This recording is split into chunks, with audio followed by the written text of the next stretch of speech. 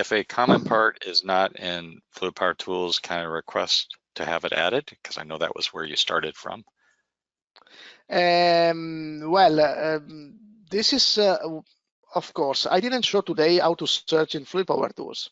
Let's say that we need a D1VW%004. So we understand the wildcard is percent if you need to search. And search in Fluid Power Tools, we find all the Parker D1VW with spool 4 in our Fluid Power Tools.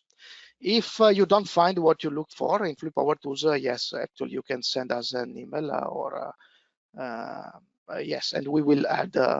If the symbol is already there, then it will be easy to deploy. If the symbol is not there, we will build the symbol and make available. Please remember that to have the symbol available, you must run the update symbol library utility to have the new symbols available in the library.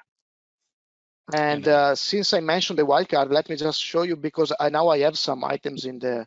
So if I need to search CV8-20 percent, I don't remember exactly all the, let's see, I need the 10. 10 is the cracking pressure. You say CV10-20% 10, you know you are looking for a cracking pressure of 100 psi, and it will show only the model codes where you find that 10 or 100 in this case.